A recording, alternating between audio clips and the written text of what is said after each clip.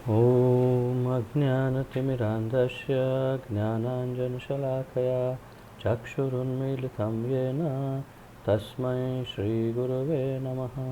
श्रीचैतन्यमनोभीष्टं स्थापितं येन भूतले स्वयं रूपकदा मह्यं ददाति स्वपदान्तिकं।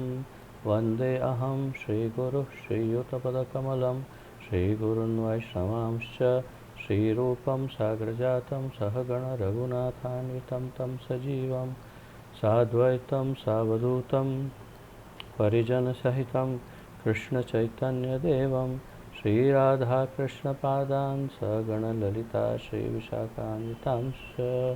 हे कृष्ण करुणा सिन्धो दीनबन्धो जगत्पते गोपेश गोपिकान्त राधाकान्त नमोऽस्तुते। तप्त कांचन गौरांगी राधे वृंदावनेश्वरी वृषभानुसुते देवी प्रणमामि हरिप्रिये। वाञ्छाकल्पतरुभ्यश्च कृपा सिन्धुभ्य एव च पतितानां पावनेभ्यो वैष्णवेभ्यो नमो नमः। अनंतकोटि वैष्णववृंद की जय।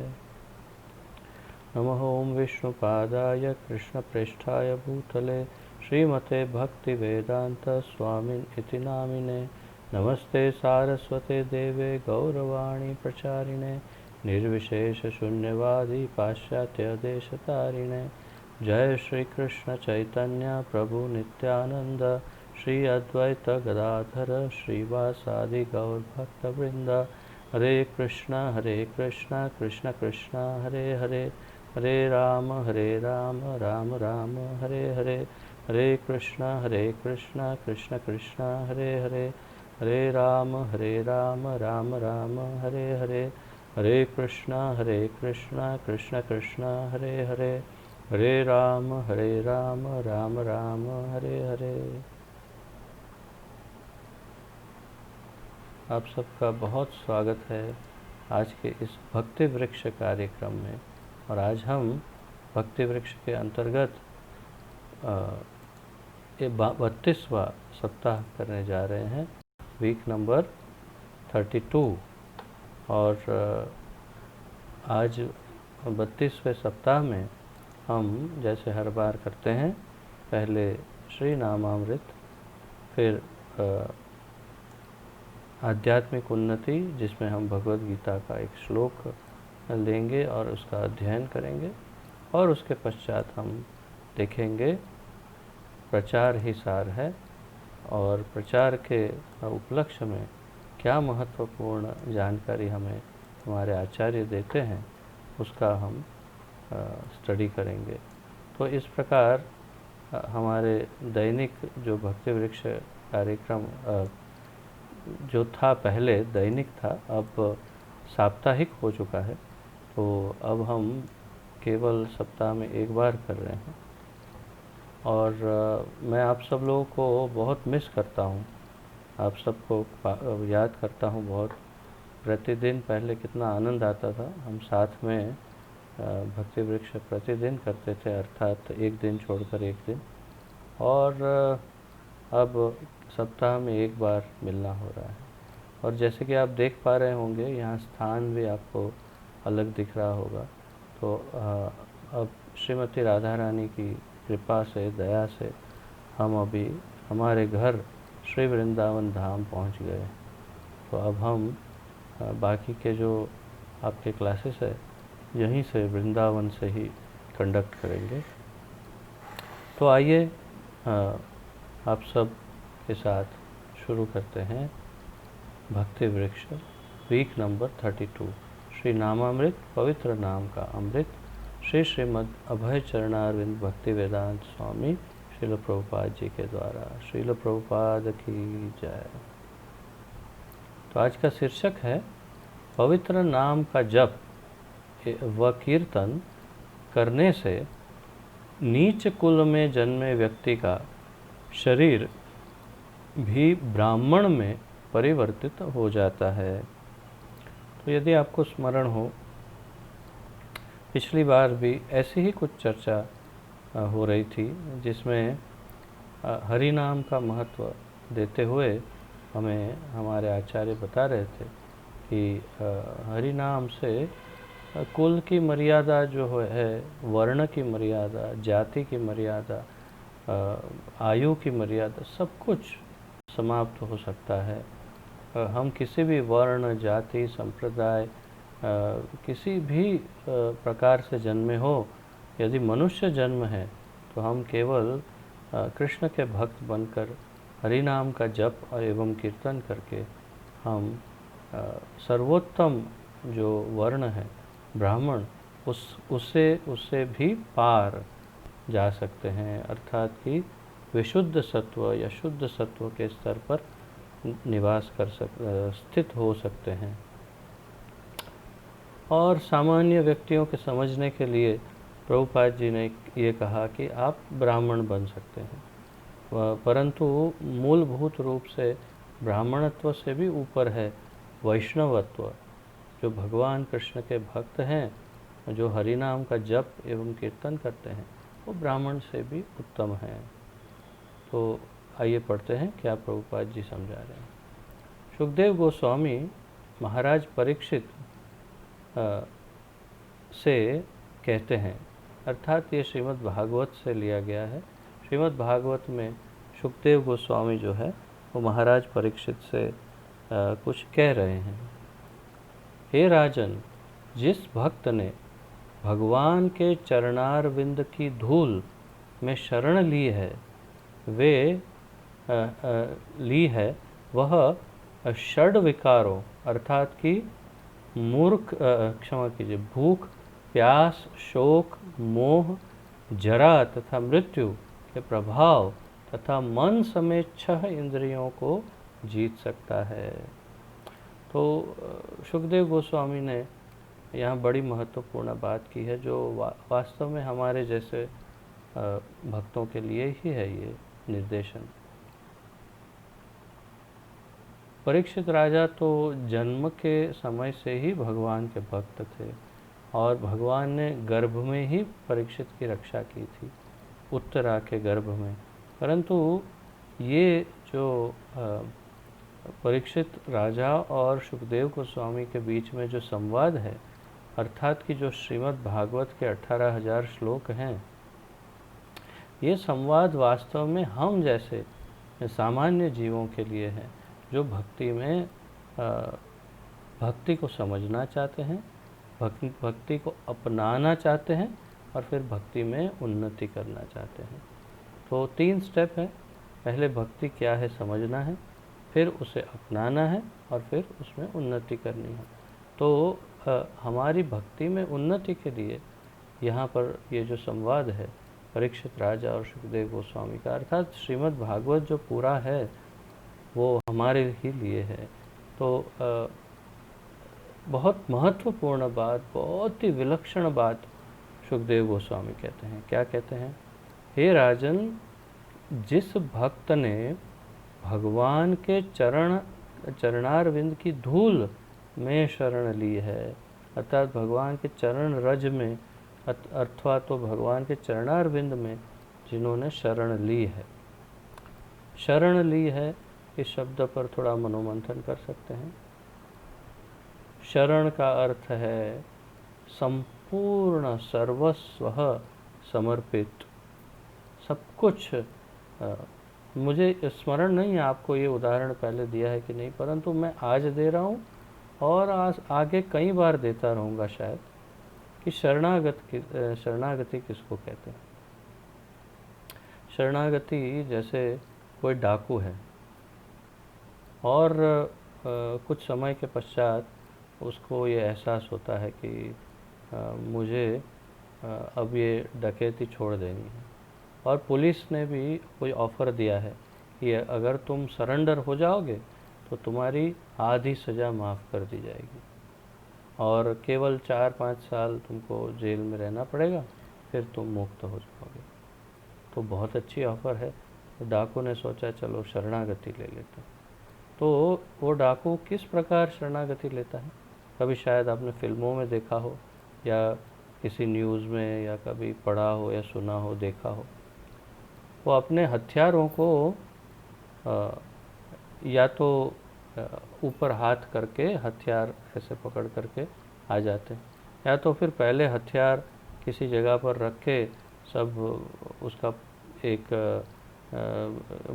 बिस्तरा, बोड़िया बिस्तरा जैसे बांधते हैं ऐसे एक बना के और एक जगह पे रखते हैं और हाथ ऊपर करके खड़े हो जाते हैं। और फिर कहते हैं कि अब आप लोग हमारे साथ जो भी व्यवहार करना चाहते हैं हमें मंजूर है। इसका नाम है शरणागति, अर्थात कि हथियारों को नीचे डाल दिया और पूर्ण रूप से अपना हित और अहित जो है उसका स्वयं जो सोचने की प्रक्रिया है वो छोड़ दी। अब मेरा हित या मेरा अहित, अहित या हित मेरा जो भी है वो आपके हाथ में है। इसे कहते हैं शरणागति, अर्थात कि हाथ ऊपर कर दिए, कहा मेरे पास अब लड़ने के लिए कुछ नहीं है, न शक्ति है न हथियार है, आप मुझे जीवित रखना चाहते रख लो, मारना चाहते मार दो, जो जहाँ जीवित रखना चाहते वहाँ रख लो, जहाँ जो खाना देना चाहते दे दो, सब कुछ मुझे मंजूर है, क्योंकि आप मेरा हित चाहते हो और आप 4-5 वर्षों में मुझे मुक्त कर दोगे। तो इसे शरणागति कहते हैं। एक लौकिक उदाहरण दे रहा हूँ, आपको भगवान के सामने ऐसे हाथ उठा करके जाने की आवश्यकता नहीं है, वो आप केवल हाथ जोड़ के भी चाहेंगे तो भी चलेगा, परंतु शरणागति की ये प्रक्रिया है। शरणागति का अर्थ क्या है?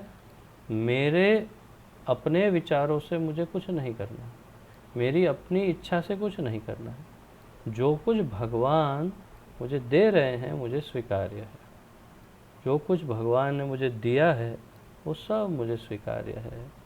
जो शरीर दिया, जो धन दिया, जो परिवार दिया, जो कुछ दिया है वो मुझे स्वीकार्य है और मैं उससे संतुष्ट हूँ। इसे कहते हैं शरणागति। अच्छा, दूसरा भी है, मैं हमेशा कहता हूँ, ये उदाहरण देता हूँ।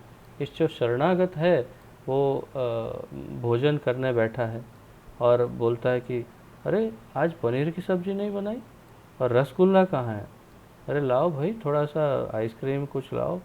तो शरणागत को ऐसा अधिकार नहीं होता कि वो डिमांड करे। वो होटल में बैठ के खाना नहीं खा रहा, वो शरणागत होकर के अपने जिन्होंने शरण दी है उनके वहाँ पर जो वो दे रहे हैं वो खा रहा है। तो उसमें डिमांड नहीं होती, इच्छाएं नहीं होती। बड़ी महत्वपूर्ण बात है। और इसी के संदर्भ में कुछ बातें आज हम आध्यात्मिक उन्नति में भी देखेंगे कुछ हद तक। परंतु आप इस भाव को समझिए, अगर शरणागति को समझ गए तो आप भक्ति को समझ जाएंगे और भगवान की शरण लेने में आपको बड़ी आसानी होगी। और अगर ये मिस कर गए, अर्थात कि यदि ये नहीं समझ पाए शरणागति क्या है, तो आप समझिए कि आगे बहुत लंबे समय तक आप चाहे भक्ति के, आप पूरी भगवत गीता रट लो, आप श्रीमद् भागवत चैतन्य चरितामृत समझ लो और रट लो पूरा सब श्लोक, आप बहुत बड़े कथाकार या बहुत बड़े पीठाधीश्वर बन जाओ, परंतु आपकी भक्ति शून्य रहेगी यदि आप शरणागति को नहीं समझ सके। भक्ति में सबसे पहले शरणागति बहुत महत्वपूर्ण है। तो यहाँ पर शुरुआत ही इस प्रकार की है। भगवान ये परीक्षित राजा ने, सुखदेव गोस्वामी ने, उन्होंने समझाया परीक्षित राजा को कि जिस भक्त ने भगवान के चरणारविंद की धूल में शरण ली। अच्छा, शरण में भी अलग अलग प्रकार है, कोई पेट की शरण लेता है, कोई हाथ की शरण लेता है, कोई बाल की शरण लेता है, कोई चरण धूल नहीं। शरण का अर्थ ही है चरण। जब भी शब्द शरण आता है तो चरण ही आते हैं, क्योंकि जो शरणार्थी है वो हमेशा झुका हुआ ही होता है और वो झुक कर के हमेशा चरणों में ही गिरता है। और फिर ये तो भगवान है, तो भगवान के चरणों में झुकने में क्या शर्म है। ये तो हमारे माता पिता, हमारे बंधु, हमारे सबसे अच्छे मित्र हमारे बहुत ही हित चिंतक एक ही तो है हमारे, जो सर्वस्व है, तो फिर उनके चरण में गिरने में क्या संकोच। तो भगवान के चरणों की यदि शरण ली और उससे भी उत्तम उनके चरण रज की शरण ली है, तो फिर वो सर्वश्रेष्ठ भक्त है। बहुत ही सोच समझ करके वो शरण ले रहा है। तो यहाँ पर बड़ी स्पष्ट इस बात को कहा है कि चरण रज में जिन्होंने शरण ली है ऐसे भक्त, तो उनका क्या है,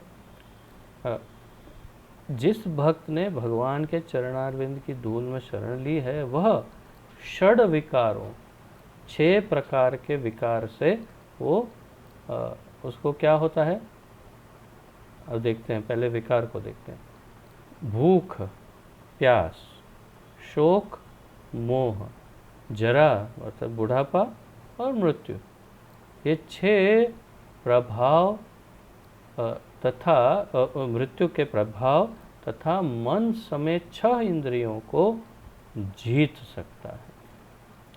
तो आप कहेंगे मृत्यु को जीत सकता है? बिल्कुल जीत सकता है, क्यों नहीं जीत सकता है। तो आपने तो कभी कोई ऐसे देखे नहीं कि जो मृत्यु को जीत लिया हो। मृत्यु को जीतने का अर्थ इस शरीर के मृत्यु से नहीं है। मृत्यु को जीतने का अर्थ है इस जन्म मृत्यु के फेरे से को जीतने का अर्थ है, इसका अर्थ बनता है।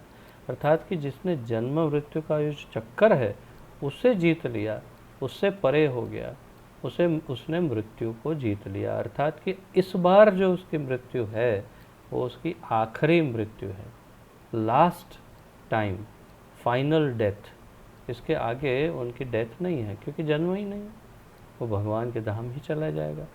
तो भूख, प्यास, शोक, मोह, जरा बुढ़ापा तथा मृत्यु, इनके प्रभाव तथा मन समेत 6 इंद्रियों को जीत सकता है।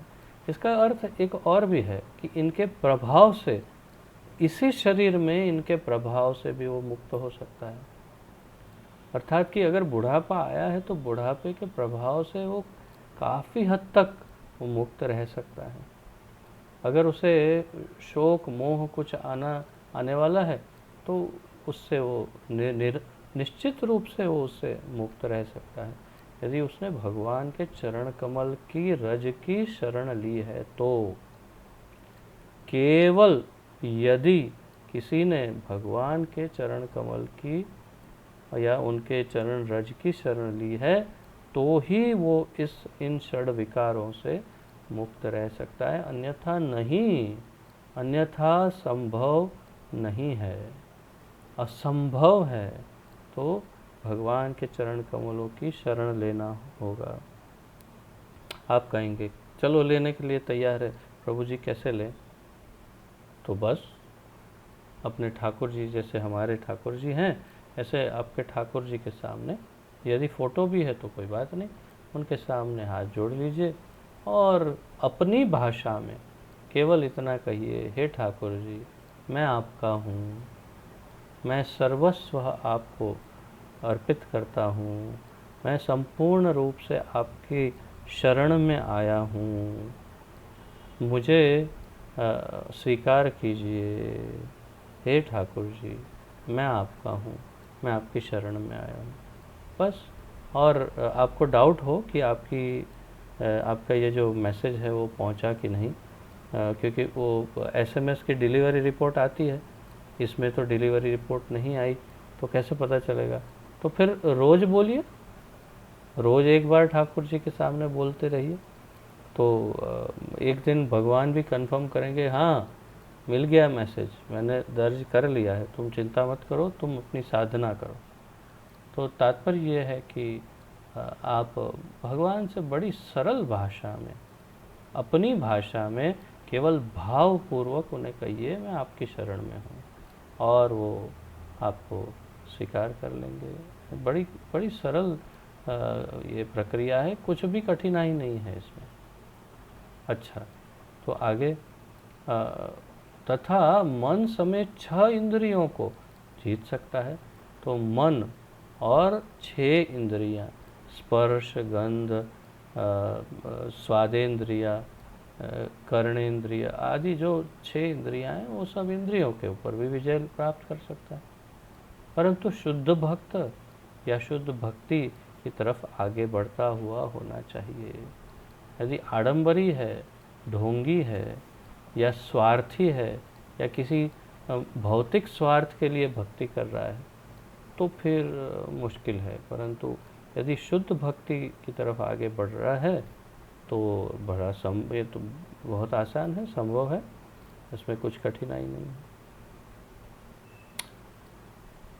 तो किंतु भगवान के शुद्ध भक्त के लिए यह कोई आश्चर्यजनक बात नहीं है, क्योंकि चारों वर्णों से बाहर का स्पृश्य पुरुष का अस्पृश्य पुरुष भी भगवान के नाम का केवल एक बार उच्चारण कर लेने से भौतिक प्रकृति के बंधनों से तुरंत छूट जाता है।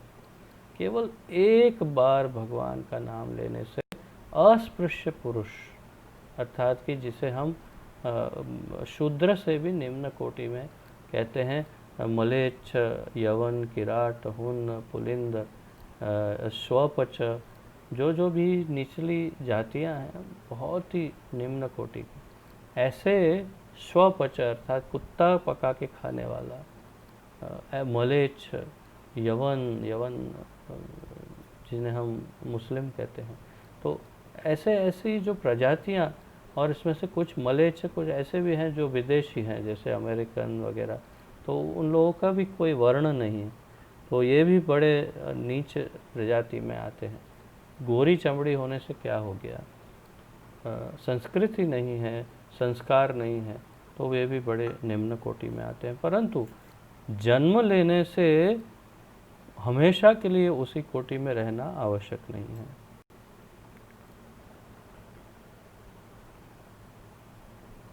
भगवान की शरण ग्रहण करने से उनका वर्ण परिवर्तित हो सकता है।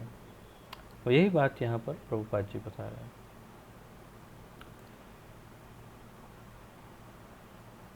पवित्र भक्त क्या अस्पृश्य चांडाल तक, पवित्र भक्त क्या अस्पृश्य चांडाल तक भगवान के पवित्र नाम का केवल एक बार भी उच्चारण करने से भव बंधन से तुरंत मुक्त हो जाता। ये बहुत बड़ा दावा है, ये दावा बहुत ही बड़ा है। यदि आपकी समझ में आए ये दावा, तो ये इतना बड़ा ऑफर है कि जिसकी कोई सीमा नहीं। शायद यूँ कहिए, आपके पूरे जीवन काल में, हमारे पूरे जीवन काल में इससे बड़ी ऑफर और कोई हो नहीं सकती है। क्या ऑफर है? पवित्र भक्त क्या अस्पृश्य चांडाल तक, मतलब निम्न से निम्न व्यक्ति भी भगवान के पवित्र नाम का केवल एक बार भी उच्चारण करने से भव बंधन से तुरंत, ये शब्द इस पूरे वाक्य का सबसे महत्वपूर्ण शब्द ये है, तुरंत, तुरंत, तुरंत मुक्त हो जाता है। कभी कभी ब्राह्मण जाति के लोग यह तर्क करते हैं कि जब तक देह न बदल जाए कोई ब्राह्मण के रूप में स्वीकार नहीं किया जा सकता।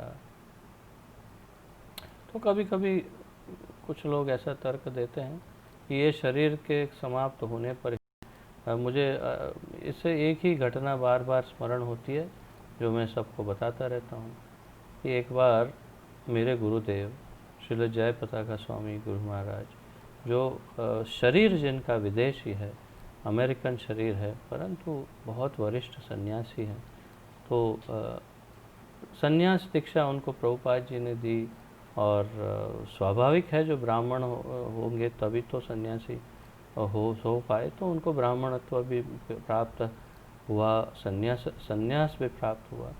तो उन्होंने एक बार सोचा कि क्यों न जगन्नाथपुरी में ट्रस्टियों को कहा जाए, निवेदन किया जाए वहाँ के पंडाओं को कि हम विदेशियों को जो ब्राह्मणत्व जिन्होंने स्वीकार किया है, यज्ञोपवीत धारण किया है, जिनका हर प्रकार से जीवन शुद्ध है, और ऐसे भक्तों को, वैष्णवों को मंदिर में प्रवेश दे देंगे तो कितना अच्छा होगा। तो गए वहाँ के पंडाओं से मिलने, बहुत ही वर्षों पूर्व की बात है, बहुत वर्ष, अभी पता नहीं उनमें से कितने पंडा अभी जीवित होंगे क्या है, परंतु उस समय उन्होंने उनको पूछा कि महात्मा जी, क्या हमें इस प्रकार परमिशन मिल सकती है मंदिर में आने के लिए? तो उन्होंने उत्तर दिया, हाँ क्यों नहीं मिल सकती, बिल्कुल। तो बोलिए तो उसके लिए लेकिन आपको कुछ करना होगा। हाँ क्या करना होगा? कहा कि आप एक ऐसा करिए, 2 किलो घी लीजिए और उस घी को बिल्कुल उबाल दीजिए, एकदम उबल जाए ना वो घी, अंदर से वो क्या निकलते हैं, बुलबुले निकलते हैं, बबल्स। तो इस प्रकार उसको पूरा उबाल दीजिए 2 किलो घी को, और फिर हाथ में घड़ा लीजिए और एक ही सांस में पूरा 2 किलो घी पी जाइए, बस। उसके बाद आप मंदिर में प्रवेश कर सकते हैं, आप शुद्ध हो जाएंगे। तो आप समझ पा रहे हैं वो क्या कहना चाहते थे? अगर आप 2 किलो उबलते हुए घी को मुंह के अंदर डालेंगे तो तत्क्षण मृत्यु हो जाएगी, अंदर पूरा सब कुछ जल जाएगा। तो उन्होंने बात ये की कि आप इस शरीर को छोड़िए, नया शरीर प्राप्त करिए और फिर ब्राह्मण के शरीर में आइए या फिर भारतीय के शरीर में जन्म लीजिए, फिर आपको प्रवेश दे देंगे।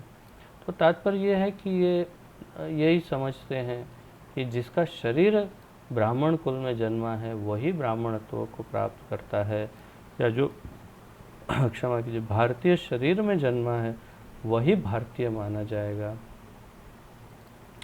परंतु ये सत्य नहीं है, शास्त्रों ने इसकी पुष्टि नहीं की। भगवान ने स्वयं कहा भगवत गीता में, चातुर्वर्णम मया शिष्टम गुण कर्म विभागशः। चातुर्वर्णम मया सृष्टम, 4 वर्ण जो है ब्राह्मण क्षत्रिय वैश्य शूद्र, मया सृष्टम, मैंने इन विभागों की रचना की। कैसे?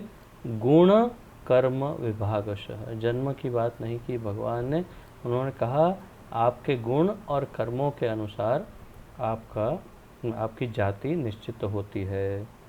परंतु ये दुर्भाग्यशाली जीव भगवान की बात को भी नहीं मानते और ऐसे नियम बना के बैठ जाते हैं कि फिर कोई क्या कर सकता है।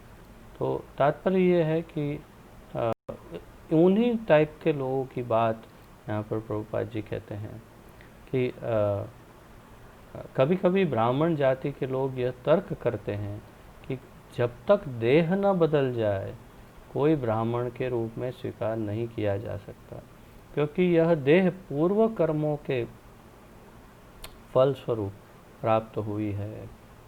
जो पूर्व जन्म में ब्राह्मण का आचरण कर चुका है वही ब्राह्मण परिवार में देह धारण कर सकता है। अतः उनका अभिमत है कि बिना ब्राह्मण देह के किसी को ब्राह्मण नहीं स्वीकार किया जा सकता, ये उनका मत है। किंतु यहाँ पर यह कहा गया है कि विदुर विगत भी जो पंचम जाति का अस्पृश्य चांडाल है, भगवान का एक बार भी नाम लेने पर मुक्त हो जाता है। तो मुक्त होने का अर्थ है तुरंत ही उसका शरीर बदल जाता है।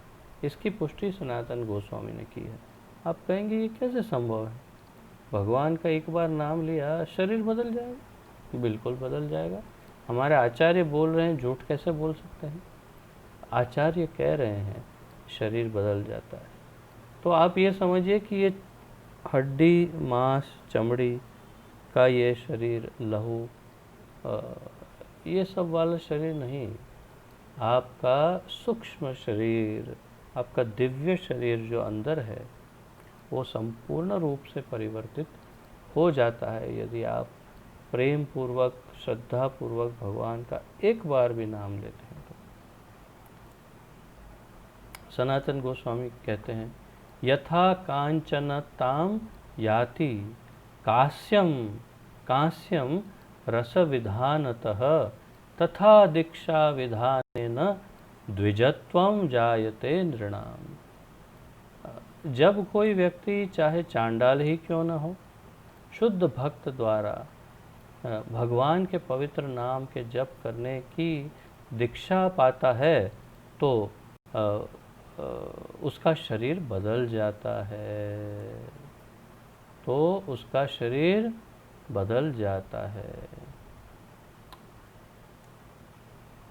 क्योंकि वह अपने गुरु के उपदेशों का पालन करता है। यदि अभी कोई यह नहीं देख पाता कि उसका शरीर किस प्रकार बदला, किंतु हमें शास्त्रों के वचनों को प्रमाण मानकर ऐसा स्वीकार कर लेना चाहिए कि शरीर बदलता है। ऐसा बिना तर्क किए समझना चाहिए। इस श्लोक में स्पष्ट कथन है, स जहाति बंधनम, वह अपने भौतिक बंधन त्याग देता है। यह देह मनुष्य के कर्म के अनुसार भौतिक बंधन का प्रतीक है और चूंकि सूक्ष्म शरीर बदलता है इसलिए जीवात्मा तुरंत भौतिक बंधन से मुक्त हो जाता है। अंततः स्थूल देह में होने वाले परिवर्तन स्थूल देह द्वारा ही संचालित होते हैं। इस स्थूल शरीर के विनष्ट हो जाने पर सूक्ष्म देह जीवात्मा को इस शरीर से दूसरे स्थूल देह में ले जाती है। तो हमने पहले शुरुआत में एकदम भक्ति वृक्ष की शुरुआत में इस बात को स्टडी किया था कि मृत्यु के समय हमारी जो सूक्ष्म शरीर, हमारा जो सूक्ष्म शरीर है वो हमारी आत्मा को दूसरे शरीर में ट्रांसफ़र करता है, ले जाता है।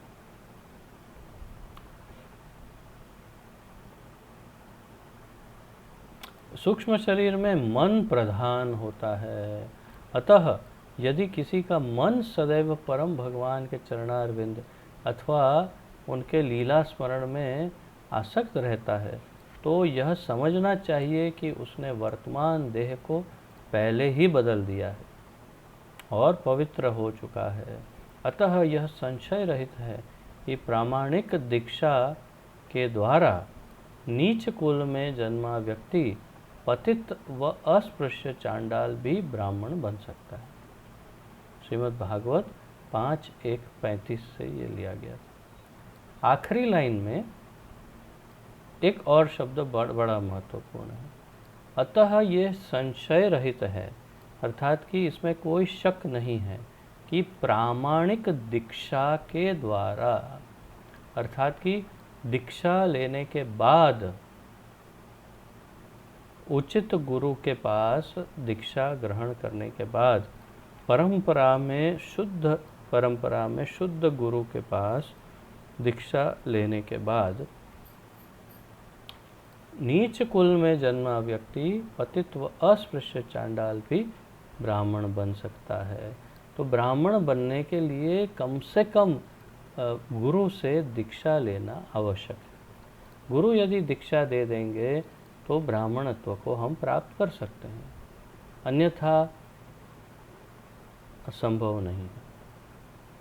तो बड़ा सरल है परंतु बहुत स्पष्ट है। तो आप सब इस बात पर चिंतन कीजिए कि हम सबको भगवान के चरण कमल का आश्रय ग्रहण करना चाहिए, हरि नाम का जप हमेशा करना चाहिए, कीर्तन करना चाहिए और उचित गुरु के पास दीक्षा लेने के लिए तत्पर होना चाहिए और धीरे धीरे कुछ समय के बाद उचित दीक्षा गुरु के पास दीक्षा ग्रहण करनी चाहिए।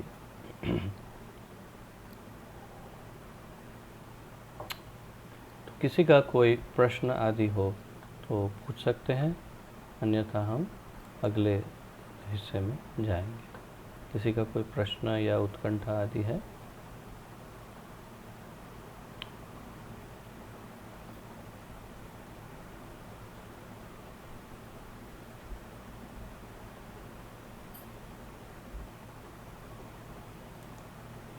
तो ठीक है, आइए अगले पड़ाव पर चलते हैं, और वो है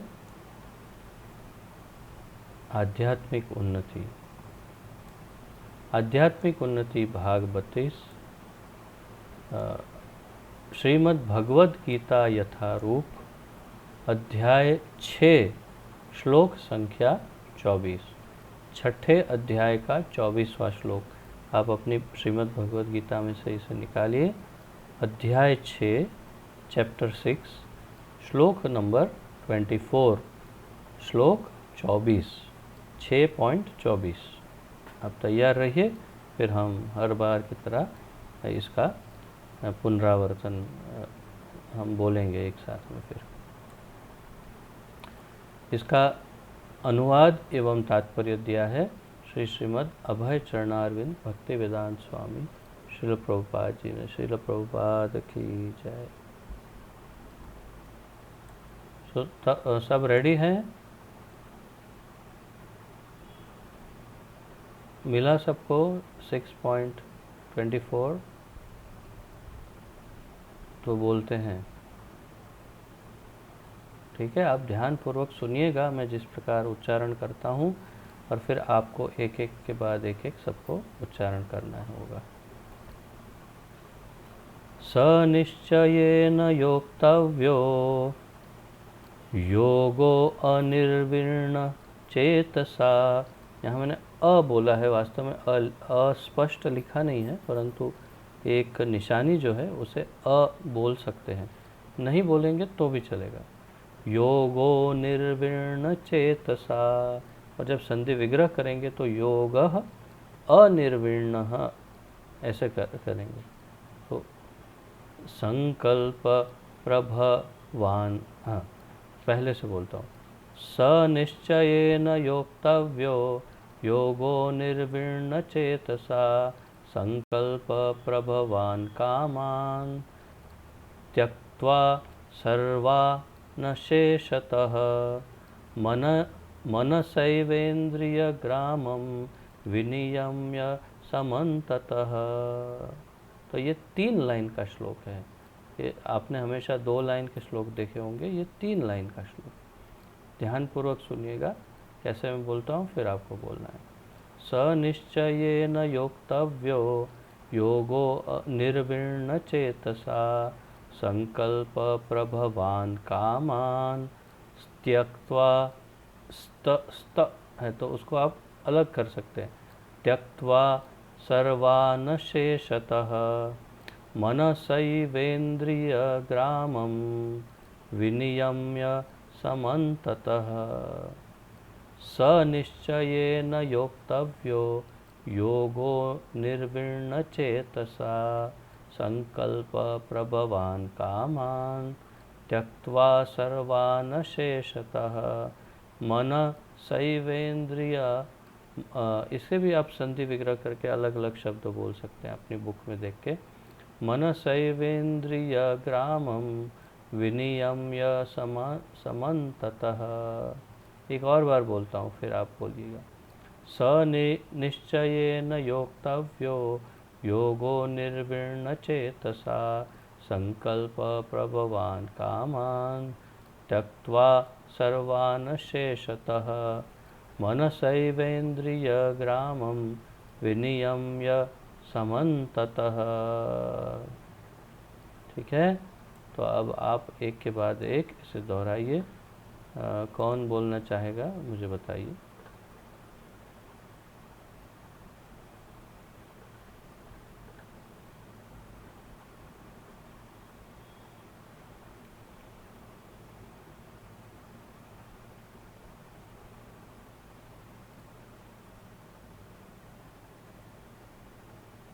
कोई भी नहीं? बहुत आश्चर्य है। संयुक्ता। भगवद गीता टेक्स्ट 6.24 सनिश्चयेन योक्तव्यो योगो निर्विण्ण चेतसा संकल्प प्रभवान कामां त्यक्त्वा सर्वान् अशेषतः मनसैवेन्द्रियग्रामं विनियम्य समन्ततः। वेरी गुड, वेरी गुड, बहुत अच्छा है। एक आध कुछ कहीं पर थोड़ा उच्चारण में गड़बड़ हुई, अन्यथा परफेक्ट था। Very good.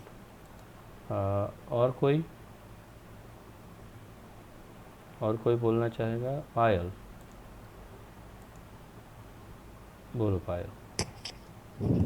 भगवद गीता 6.24 स निश्चयेन योक्तव्यो योगो निर्विण्ण चेतसा संकल्प प्रभवान कामं त्यक्त्वा सर्वान् अशेषता मनसैवेन्द्रियग्रामं विनियम्य समान्ततः। बहुत ही अच्छा, वेरी वेरी गुड पायल, वेरी नाइस। सच में मुझे बहुत ही आश्चर्य भी है और बहुत आनंद भी है कि तुम बहुत अच्छा उच्चारण कर सकती हो। थोड़ा छोटी छोटी एकदम थोड़ी थोड़ी गलतियां हैं, परंतु उतना तो चल जाएगा, परंतु बहुत ही अच्छा, बहुत अच्छा। मुझे डाउट था कि तुम बोल पाओगी कि नहीं, परंतु very nice, I am very happy. और कौन बोलना चाहेगा नेक्स्ट?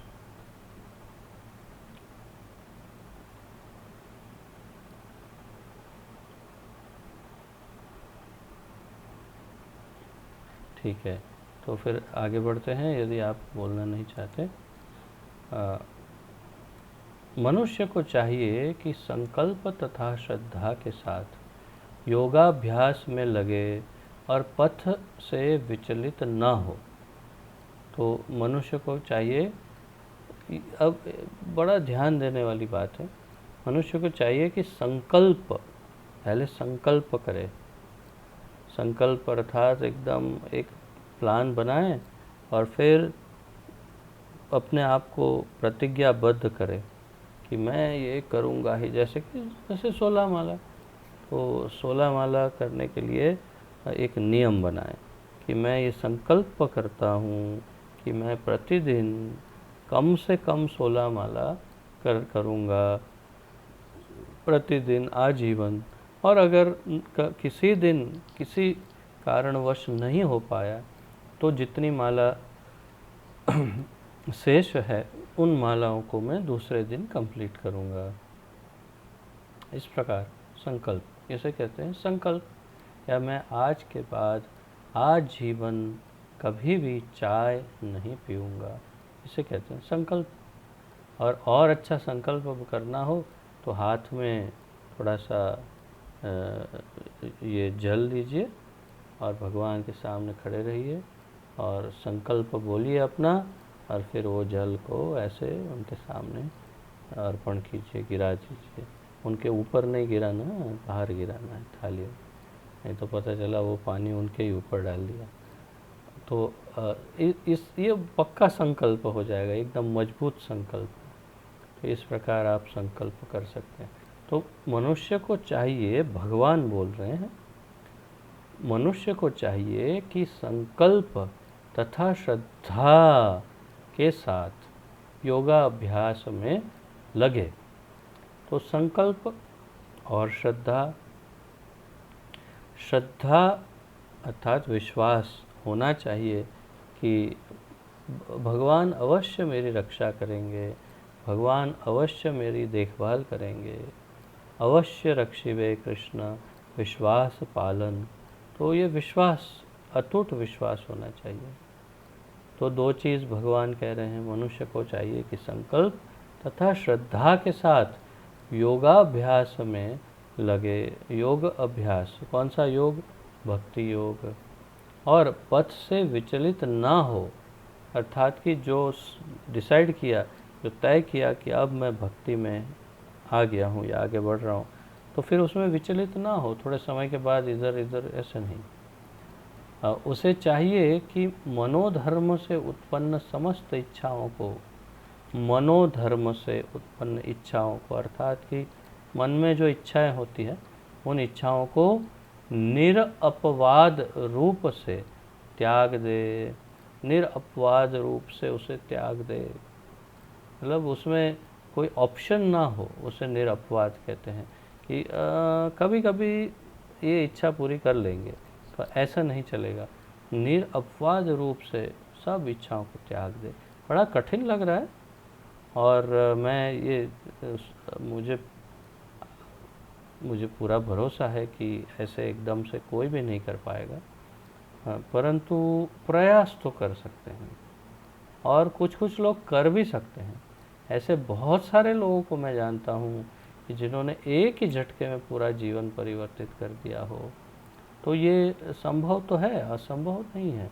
यदि आप कर सकते हैं तो एक ही झटके में आप निश्चय कर सकते हैं। तो समस्त इच्छाओं को निरपवाद रूप से त्याग दे, और इस प्रकार मन के द्वारा सभी ओर से इंद्रियों को वश में करें। और इस प्रकार मन के द्वारा सभी ओर से इंद्रियों को वश में करें, अर्थात कोई भी इंद्रिया स्वतंत्र रूप से कार्य न करे। और उसका अर्थ क्या हुआ? अर्थ ये हुआ कि कहीं जा रहे बाहर और पाव भाजी की लारी देखी और सोचा कि आज पाव भाजी खा लिया जाए। तो किसने कहा? मन ने कहा। ये सिग्नल मन देता है। मन ने कहा चलो आज पाव भाजी खा लेते हैं, और आपने कहा अच्छा जी, आप तो मेरे स्वामी हैं, तो हे मन जी, आप पाव भाजी खाना चाहते हैं तो चलिए चलते हैं। तो यह नहीं हो। अपने मन पर और सारी इंद्रियों पर काबू करने के लिए बहुत प्रयत्नशील होना चाहिए।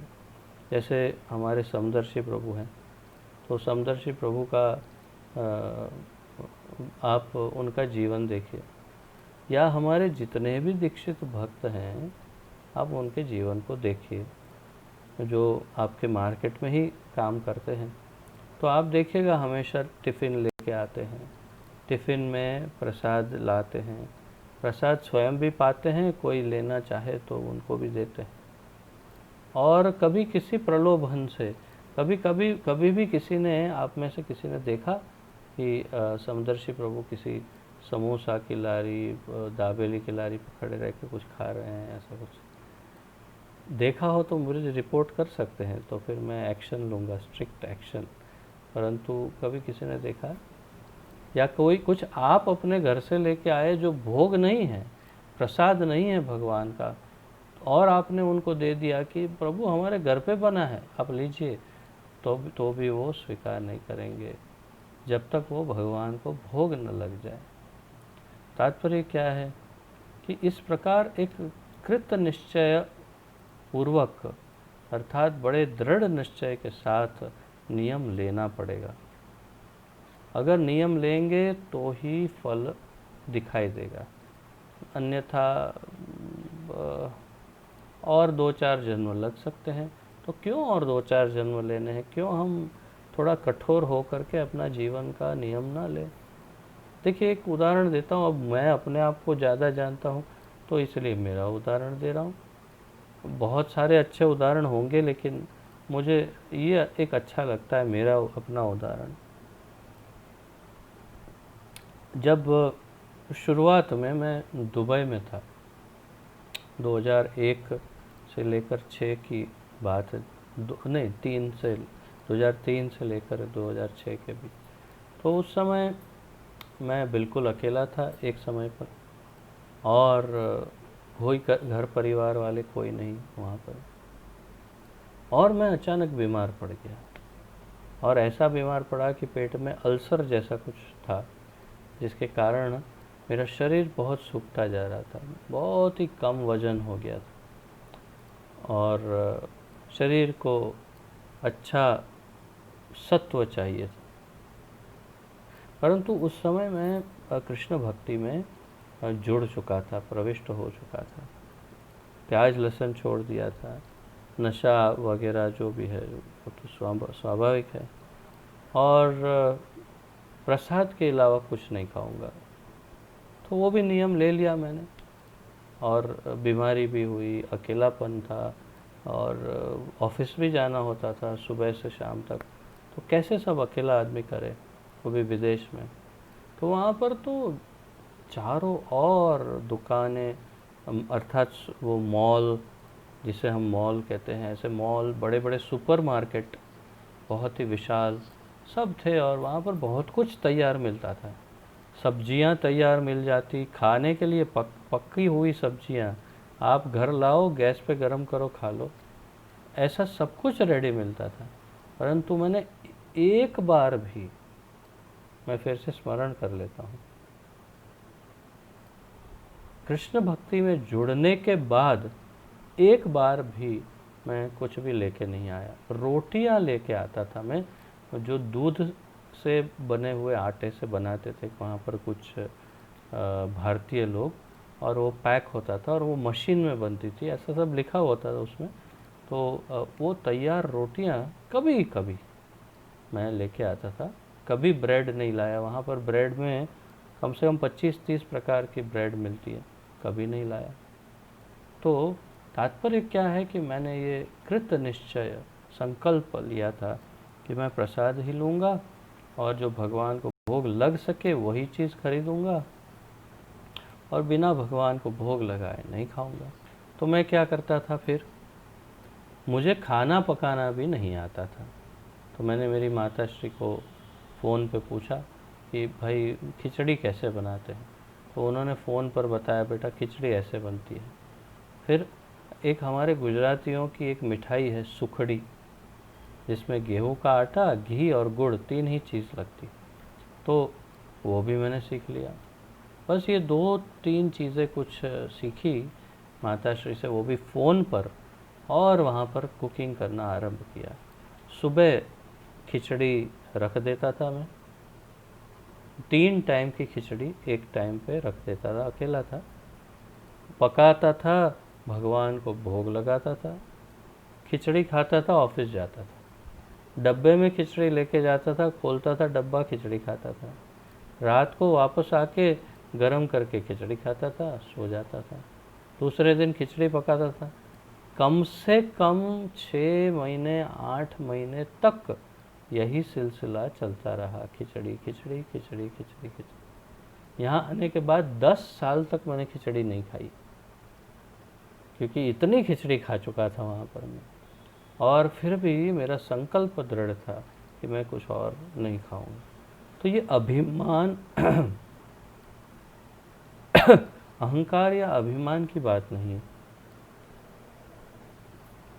ये मैं आपको उदाहरण दे रहा हूँ कि संकल्प कैसा होना चाहिए भक्ति के लिए।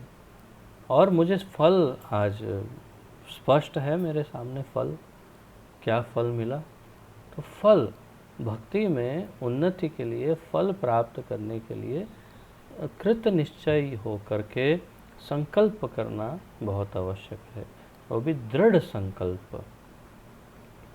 और इसका एक और फल मिलता था, पहले तो मंदिर सप्ताह में एक बार शुक्रवार को मंदिर जाते, जहाँ यहाँ संडे, जैसे यहाँ संडे प्रोग्राम होता, वहाँ फ्राइडे प्रोग्राम, और उसमें बहुत अच्छे अच्छे पकवान मिल जाते थे।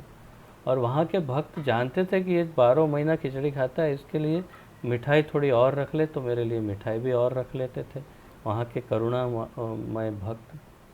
और फिर धीरे धीरे प्रोग्राम बढ़ने लगे, एक सप्ताह में 4 प्रोग्राम होने लग गए। तो प्रति सप्ताह में निश्चित होता था, इसके घर पे एक बार मंदिर में और एक बार इसके घर पे। तो मेरी खिचड़ी धीरे धीरे कम होती गई और अच्छे अच्छे पकवान बढ़ते गए। तो भगवान इतने दयालु है कि उन्होंने देखा कि इसने संकल्प लिया है, तो ये खिचड़ी खा खा के पागल हो जाए, उससे अच्छा है इसको कुछ और भी खिलाते जाओ थोड़ा थोड़ा। तो बड़ा आनंद आता था। तो तात्पर्य ये है कि संकल्प ले लो, तो ऐसा नहीं कि भगवान आपको वही चीज़ खिला खिला के, पिला पिला के मार देंगे। बड़ा दयालु है भगवान, वो बहुत अच्छे से आपको इसके पर्याय भी दे देंगे। परंतु संकल्प लीजिए, फल चाहिए तो संकल्प लीजिए। तो आगे देखते हैं, योगाभ्यास करने वाले को दृढ़ संकल्प होना चाहिए, और उसे चाहिए कि बिना विचलित हुए धैर्यपूर्वक धीरज से अभ्यास करे। अंत में उसकी सफलता निश्चित है। अंत में सफलता अवश्य मिलेगी। भगवान योगक्षेमं वहामि अहम, भगवान कहते हैं आप यदि योग कर रहे हैं तो मैं उसका वहन करूँगा। उसे यह सोचकर बड़े ही धैर्य से इस मार्ग में अनुसरण करना चाहिए, और यदि सफलता मिलने में विलंब हो रहा हो तो निरुत्साह नहीं होना चाहिए। ऐसे दृढ़ अभ्यासी की सफलता सुनिश्चित है। ऐसे दृढ़ निश्चयी अभ्यासी की सफलता सुनिश्चित है। भक्ति योग के संबंध में रूप गोस्वामी का कथन है। रूप गोस्वामी ने ये बड़ा महत्वपूर्ण उपदेशामृत में ये कहा है। उत्साहात निश्चयात धैर्यात तत्तत् कर्म प्रवर्तनात् संग त्यागात सतो वृत्तेः षड्भिर भक्ति ही प्रसिद्ध्यति। मनुष्य पूर्ण हार्दिक उत्साह, संकल्प तथा धैर्य के साथ भक्ति योग का पूर्ण रूपेण पालन भक्तों के साथ रहकर निर्धारित कर्मों के करने तथा सत्कार्यों में पूर्णतः लगे रहने से कर सकता है। रूप गोस्वामी ने बताया कैसे कर सकते हैं। आप जो कुछ कर रहे हैं करते रहिए, अर्थात आपका धंधा व्यवसाय जो भी है करते रहिए, परंतु फिर भी भक्तों का संग करिए, और भक्तों के संग रहते रहते पूर्ण हार्दिक उत्साह यानी हृदय से उत्साह के साथ, संकल्प तथा धीरज के साथ भक्ति योग को पालन करिए और आपको सफलता अवश्य मिलेगी। जहाँ तक संकल्प की बात है, मनुष्य को चाहिए कि उस गौरेया का आदर्श ग्रहण करे जिसके सारे अंडे समुद्र की लहरों में मग्न हो गए थे। बहुत अच्छी छोटी सी कथा यहाँ प्रभुपाद जी बता रहे हैं, स्टोरी। गौरेया अर्थात चिड़िया, चिड़िया, और गुजराती में उसको चकली कहते हैं, और बंगाली में पता नहीं क्या कहते हैं, परंतु छोटी सी जो पक्षी होता है चिड़िया, चकली, वो गौरेया, उसकी यहाँ कथा है। तो कहते हैं कि एक गौरेया ने समुद्र तट पर, मैं चिड़िया पढ़ूंगा तो जरा आसानी से समझेंगे। यह कहते हैं कि एक चिड़िया ने समुद्र तट पर अंडे दिए, किंतु विशाल समुद्र उन्हें अपनी लहरों में समेट ले गया। एक चिड़िया ने समुद्र तट पर अंडे दिए और समुद्र उसे बहा कर ले गया अंडों को। इस पर चिड़िया अत्यंत क्षुब्ध हुई और उसने समुद्र से अंडे लौटा देने को कहा। वो बहुत क्रोधित हो गई और उसने कहा समुद्र से, मेरे अंडे लौटा दो। किंतु समुद्र ने उसकी प्रार्थना पर कोई ध्यान नहीं दिया। ऐसे कोई ध्यान थोड़ी देता है समुद्र। अतः उसने समुद्र को सुखा डालने की ठान ली। उसने सोचा कि मैं समुद्र को सुखा दूंगी और मेरे अंडे को वापस ले आऊंगी। एक चिड़िया है और सोच रही, तो उसने संकल्प लिया। तो किंतु वह अपनी नन्ही सी चोंच से पानी उलेचने लगी। उसने सोचा कि सारा पानी मैं खाली कर दूंगी, थोड़ा पानी चोंच में भरती, कहीं और जाके फेंक के आती, फिर पानी लेती, फिर कहीं और फेंक के आती, और पूरा समुद्र ऐसे खाली करने वाली थी वो। फिर क्या हुआ, तो स्वाभाविक है, ये तो मजाक जैसा लग रहा है, हंसी मजाक की बात है, और ऐसे ही हुआ। बहुत लोग उसकी मजाक भी उड़ाने लगे।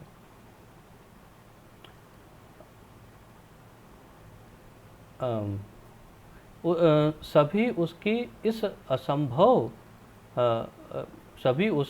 असंभव संकल्प का उपहास करने लगे, मजाक करने लगे।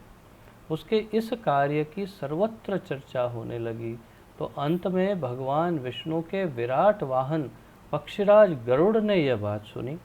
बात उड़ते उड़ते उड़ते उड़ते न्यूज़ गरुड़ जी के कान तक पहुंच गया और गरुड़ जी ने सुना कि क्या बात है, ये तो ब्रेकिंग न्यूज़ है कि एक चिड़िया अपनी चोंच से पानी निकाल निकाल के समुद्र सुखाने वाली है। तो चलो चलते हैं, देखते हैं ये न्यूज़ लाइव टेलीकास्ट देखते हैं। तो गरुड़ जी चले। उन्होंने अपनी इस नन्ही पक्षी बहन पर दया आई उनको और वे गौरैया चिड़िया से मिलने आए। गरुड़ उस नन्ही चिड़िया के निश्चय से बहुत प्रसन्न हुए और उन्होंने उसकी सहायता करने का वचन दिया। तो प्रसन्न हुए कौन? भगवान के वाहन गरुड़, अर्थात भगवान के पक्षी वाहन जो गरुड़ है इतने शक्तिशाली है। उसका एक उदाहरण देता हूँ कि जब समुद्र मंथन हो रहा था तो समुद्र मंथन के समय जो मंदराचल पर्वत था वो देवता और असुर उसे मथ रहे थे और वो धीरे धीरे धीरे धीरे समुद्र में धंसने लगा, अंदर घुसने लगा। तो अचानक सबने भगवान को पुकारा कि नारायण कुछ करिए। तो उस समय तो भगवान को लगा कि इसे बचाना होगा। तो भागवत में लिखा है, आप पढ़ सकते हैं, अपने पक्षी वाहन गरुड़ के ऊपर बैठ कर के भगवान आए और उन्होंने अपने बाएं हाथ से ऐसे करके उस मंदराचल को उठा लिया और फिर उड़ते उड़ते उड़ते उड़ते गरुड़ जी किनारे तक पहुँचे। अब ये सोचिए कि गरुड़ जी ने भगवान को तो उठाया है, भगवान ने मंदराचल को उठाया है और दोनों को उठा करके गरुड़ आराम से उड़ रहे हैं। तो गरुड़ कितने शक्तिशाली है कि सारे देवता और सारे असुर मिलके उस मंदराचल को नहीं उठा पाए और ये गरुड़ भगवान को और मंदराचल दोनों को उठा करके उड़ गए। तो गरुड़ जी कोई सामान्य जीव नहीं है, वो भगवान के नित्य सिद्ध पार्षद है और अत्यंत शक्तिशाली है। तो एक तरह से भगवान के समान शक्तिशाली कह सकते हैं उनके नित्य सिद्ध पार्षद होने की वजह से। तो ये पक्षीराज गरुड़ ने उनके संकल्प से वही प्रसन्न हो गए कि इसका दृढ़ संकल्प कैसा है। भले होगा कि नहीं होगा वो नहीं सोचना है, संकल्प ये है कि मुझे चोंच में पानी ले ले के समुद्र को सुखाना है बस। और ये संकल्प से प्रभावित होकर, प्रसन्न होकर गरुड़ जी ने उसे वचन दिया, ठीक है मैं तुम्हारी सहायता करूँगा, चिंता मत करो। गरुड़ जी ने तुरंत समुद्र से कहा कि वह उसके अंडे लौटा दे, नहीं तो उसे स्वयं आगे आना पड़ेगा। अर्थात कि चेतावनी दी समुद्र को गरुड़ जी ने कि अब मुझे कुछ करना पड़ेगा भाई। तो इससे समुद्र भयभीत हुआ और उसने अंडे लौटा दिए, क्योंकि वो जानता है कि गरुड़ जी कितने शक्तिशाली हैं और क्या कर सकते हैं। तो वो तो एक ही बार में पूरा समुद्र चूस के सुखा देंगे, चिड़िया जैसा नहीं करना पड़ेगा। तो अंडे लौटा दिए और वह गौरैया चिड़िया गरुड़ की कृपा से सुखी हो गई, तो अत्यंत सुखी हो गई वो। इस प्रकार योग विशेषतया कृष्ण भावनामृत में भक्ति योग अत्यंत दुष्कर प्रतीत हो सकता है, किंतु जो कोई संकल्प के साथ नियमों का पालन करता है भगवान निश्चित रूप से उसकी सहायता करते हैं। योगक्षेमं वहामि अहम्, क्योंकि जो अपनी सहायता आप करते हैं भगवान उनकी सहायता करते हैं। ये कहावत है अंग्रेजी में। तो सार ये है कि आप संकल्प करिए, आगे बढ़िए और भगवान आपकी सहायता करेंगे। परंतु संकल्प के बिना भक्ति में आगे बढ़ पाना असंभव है। तो 4 नियम का पालन, उसका संकल्प, मैं कभी भी मांसाहार और अंडा मछली आदि प्याज लहसुन कभी नहीं खाऊंगा, मैं कभी भी नशा नहीं करूंगा चाय कॉफ़ी के सहित, मैं कभी भी जुआ नहीं खेलूंगा शेर सट्टा के सहित, और मैं कभी भी व्याभिचार नहीं करूँगा, अर्थात शादी के अलावा कभी भी संबंध नहीं करूँगा। तो ये 4 नियम का संकल्प और 16 माला जब कम से कम प्रतिदिन करूँगा, इतना संकल्प, बस इतना संकल्प लीजिए और देखिए आपके जीवन में क्या अद्भुत अद्वितीय परिवर्तन आता है, ये निश्चित है। और आप एक बार संकल्प लीजिए, आगे बढ़िए और परिणाम देखिए। इसके अंत में कुछ प्रश्नोत्तरी है, तो प्रश्न आप अपने ग्रुप लीडर को बता दीजिएगा। अब हम प्रचार ही सारे का हिस्सा करते हैं और फिर विराम लेते हैं। प्रचार ही सार है श्री श्रीमद् अभय चरणारविंद भक्तिवेदांत स्वामी श्रील प्रभुपाद जी के द्वारा। भक्ति के दैनिक अनुष्ठानों को करना पर्याप्त नहीं है, शीर्षक है।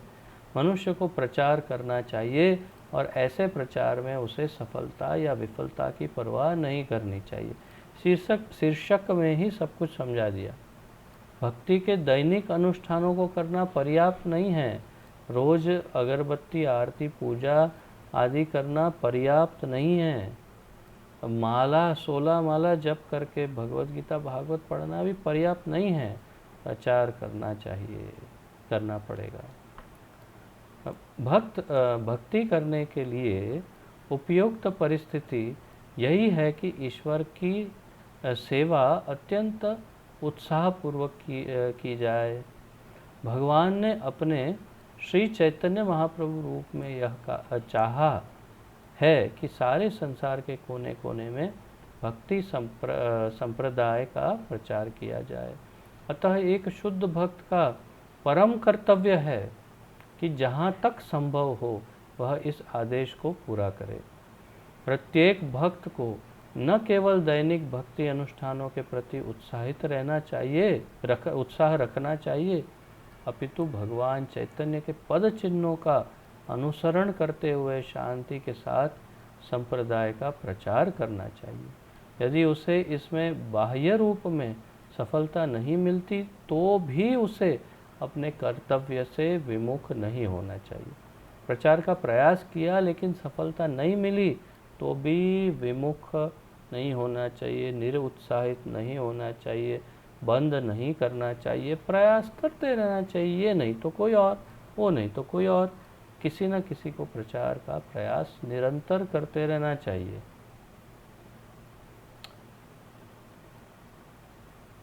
भक्ति संप्रदाय का प्रचार कुछ हाँ नहीं, मैं महत्वपूर्ण बात रह गई।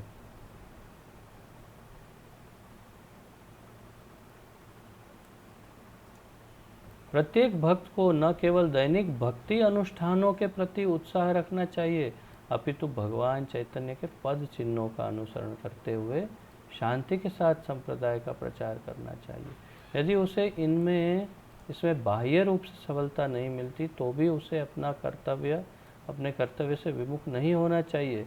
शुद्ध भक्त के लिए सफलता असफलता का कोई अर्थ नहीं होता। भक्त के लिए सफलता असफलता का कोई अर्थ नहीं है। प्रयास किया है, सफलता अवश्य होगी, अभी नहीं होगी कभी तो होगी ही। क्योंकि वह युद्ध भूमि में सैनिक के समान है।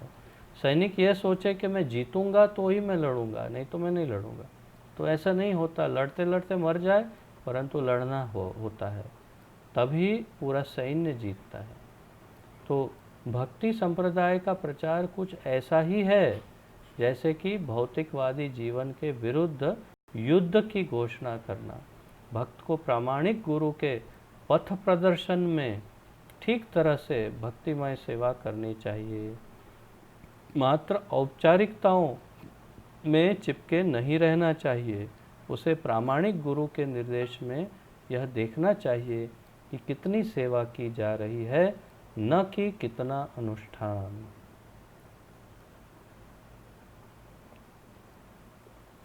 कितना अनुष्ठान, कितनी पूजा कर रहे हैं वो नहीं देखना।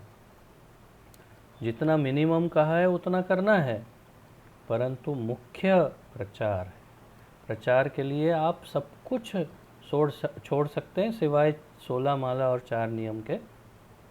16 माला तो हमेशा करनी ही है, 4 नियम पालन करना ही है, परंतु इसके अलावा सब कुछ, यानी आरती भी कभी छोड़नी पड़े तो छोड़ सकते हैं। प्रचार के लिए, प्रचार की तैयारी कर रहे हैं तो आरती छोड़ भी सकते हैं, परंतु प्रचार ज़्यादा महत्वपूर्ण है।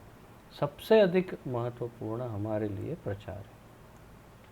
श्रीमद् भागवत 2:8-21 में से, तात्पर्य में से ये लिया गया था। तो आप सबका किसी का कोई भी यदि प्रश्न हो, उत्कंठा हो, तो प्रस्तुत कर सकते हैं, अन्यथा हम यहाँ पर विराम लेंगे।